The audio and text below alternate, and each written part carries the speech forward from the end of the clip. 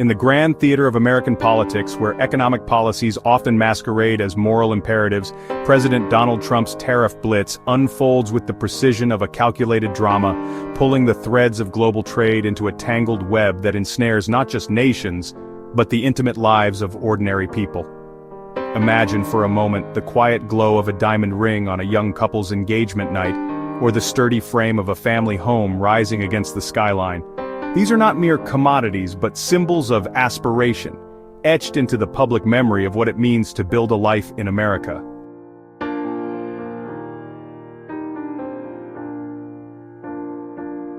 Yet, under the weight of Trump's aggressive trade measures, such dreams are growing heavier, more elusive, as tariffs ripple through the marketplace like shockwaves from a distant explosion.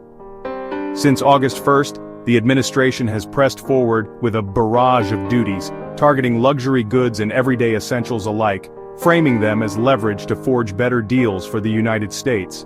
But as the costs mount, landing squarely in the laps of American households, one cannot help but feel the emotional invitation to ponder, is this the price of resurgence, or the burden of isolation?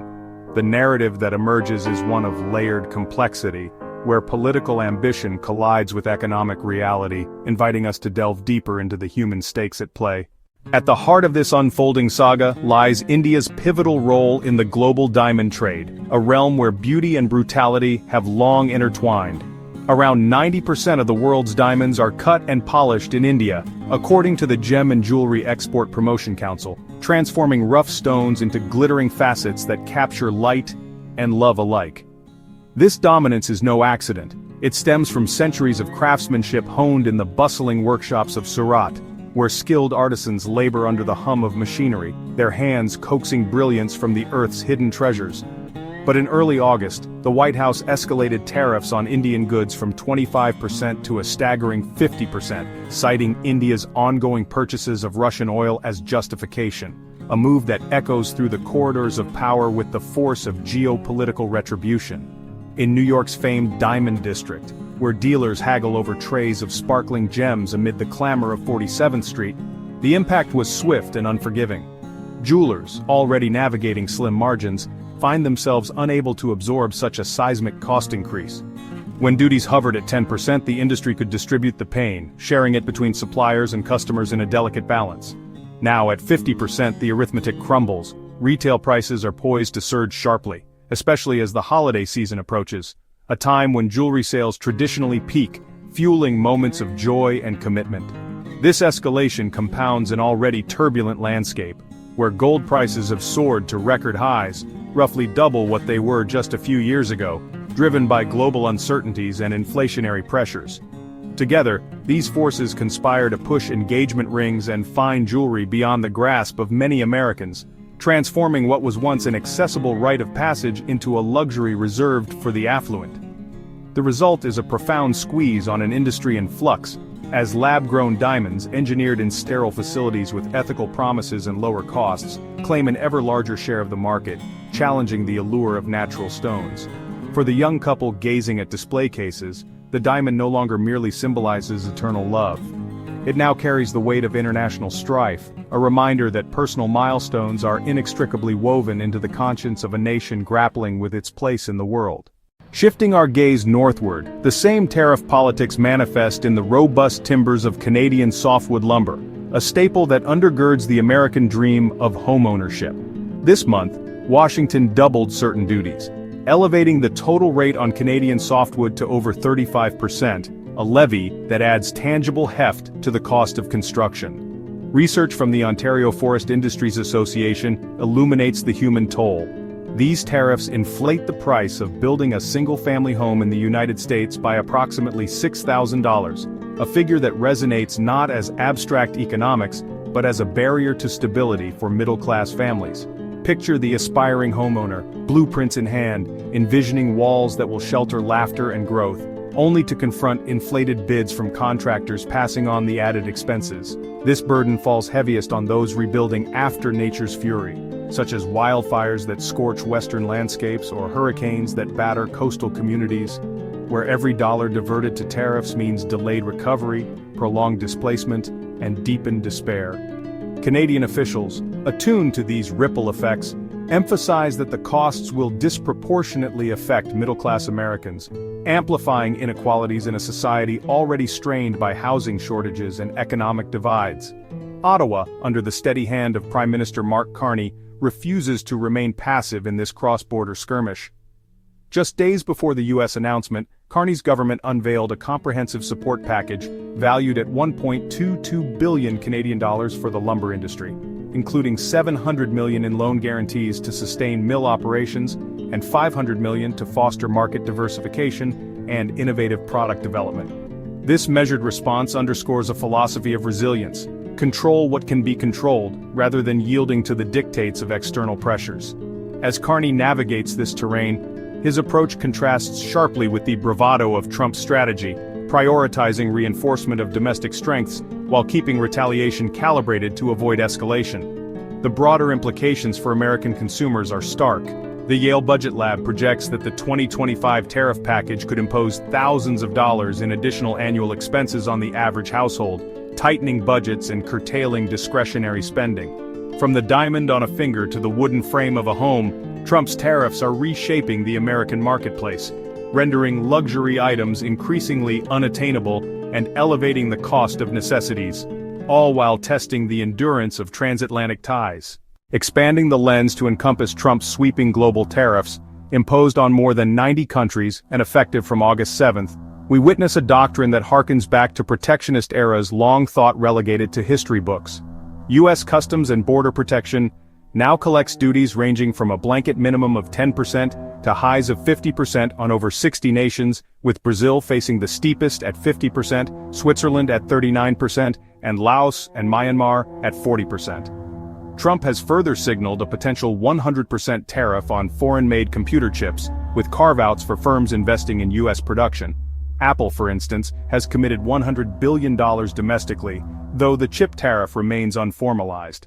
In a social media proclamation, the president boasted that billions in tariffs are flooding into the United States, elevating levies to their highest levels in centuries, a claim that stirs patriotic fervor among supporters, but masks the underlying economic strains. Economists, drawing from data like June's Consumer Price Index, highlight rising costs for appliances, clothing, and furniture, burdens borne by U.S. importers and inevitably transferred to consumers. The Yale Research Center estimates that these new tariffs could extract an extra $2,400 annually from the average American family, a sum that erodes purchasing power and fuels inflationary anxieties. Beyond North America, the tariff logic assaults other exporters. India's duties have leaped from 25% to 50% over Russian oil ties, prompting a scramble for alternative markets, while South Africa anticipates job losses as U.S. barriers erode competitive edges. For Canada, the takeaway is a call to agility.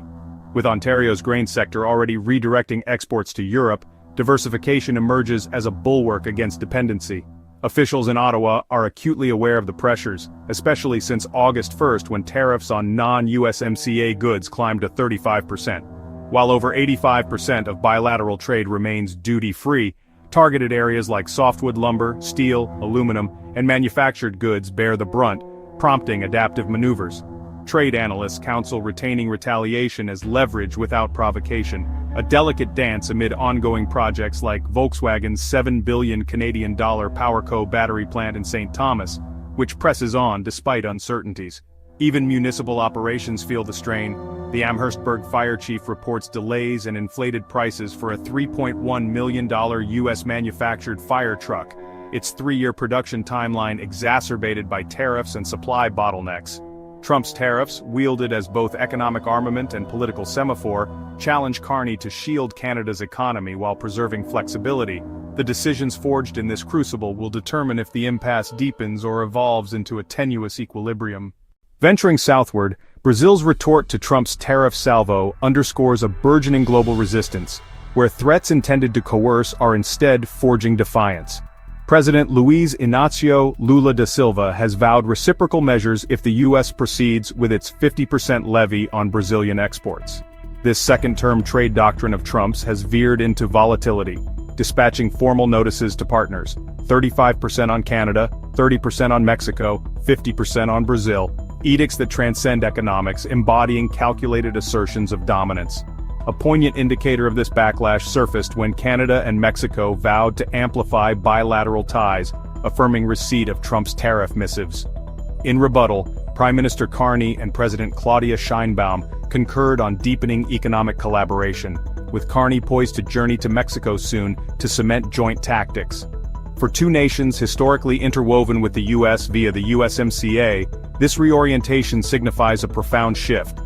Trump's pressures are not splintering alliances but compelling America's nearest neighbors to fortify bonds excluding Washington, a realignment that traces causal threads back to decades of interdependent relations now fraying under duress.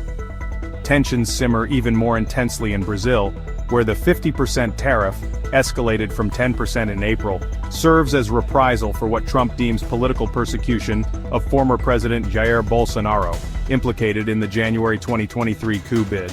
With merely 12% of Brazilian exports U.S.-bound, redirection incurs limited disruption, impacting sectors like oil, orange juice, coffee, and steel. Economically containable, the diplomatic rupture is profound.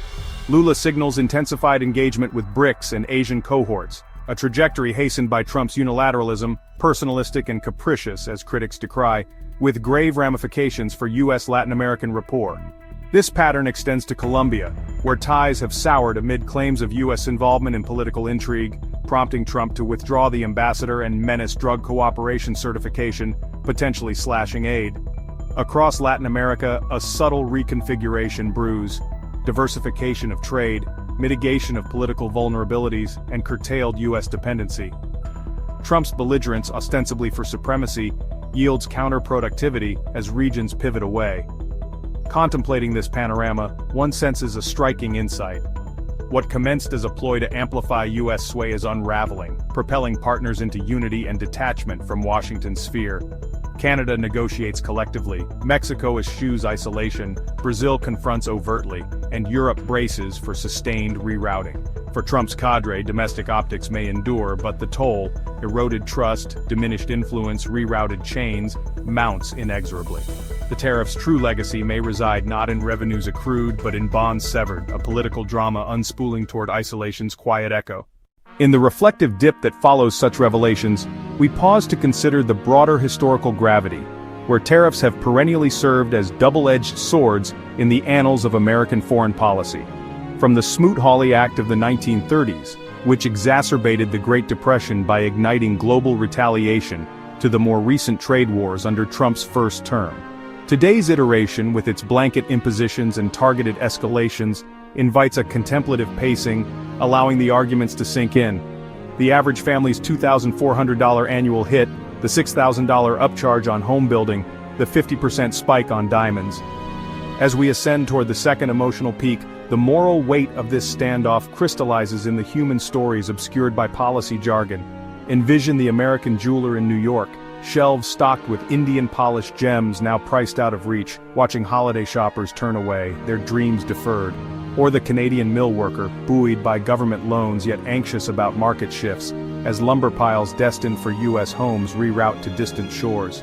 In Brazil, farmers harvesting orange groves ponder redirected shipments, while Mexican manufacturers forge new pacts, sidelining the Colossus to the north. This is the drama's high point, a cascade of shorter, punchier sentences capturing the urgency. Alliances fracture, dependencies dissolve, resistances rise. The personalistic unilateralism of Trump's approach, lashing out at perceived slights like Bolsonaro's plight or India's oil deals, carries severe implications, echoing through Latin America's corridors with the force of historical reckoning. Yet in this climactic surge, the narrative's emotional resonance peaks with the realization that tariffs, wielded as weapons, often boomerang, wounding the wielder. Countries race to reroute, as Ontario grain flows to Europe, South African goods seek Middle Eastern havens, and BRICS beckons with alternative financing. The short-term gains, billions in tariffs collected as Trump touts, pale against long-term fractures, trust shattered, capital diplomatic depleted, supply chains reconfigured to bypass America. For the U.S., the optics may rally bases, but the cost is a nation increasingly alone, its leverage eroded by the very tools meant to enhance it. Descending into resolution, we reflect on the sweeping arc of this tariff saga, a work that dissects with clarity the underlying forces at play. Trump's doctrine, aggressive and unyielding, has reshaped not just markets but mindsets, pushing the world toward multipolarity. Canada, under Carney's guidance, exemplifies steadiness, diversifying, supporting, negotiating without panic. Brazil's bold reciprocity, Mexico's strategic alignment, India's resilient trade heart, all signal a global order in flux where U.S. dominance wanes. The real test endures. Will these measures yield enduring benefits, or merely leave Americans footing the bill while partners fortify elsewhere? In the end, the tariffs' impact transcends economics, woven into the nation's conscience as a cautionary tale of ambition unchecked, leaving an indelible impression on the soul of international relations. A reminder that in politics, as in life, the pursuit of strength can sometimes forge the chains of solitude.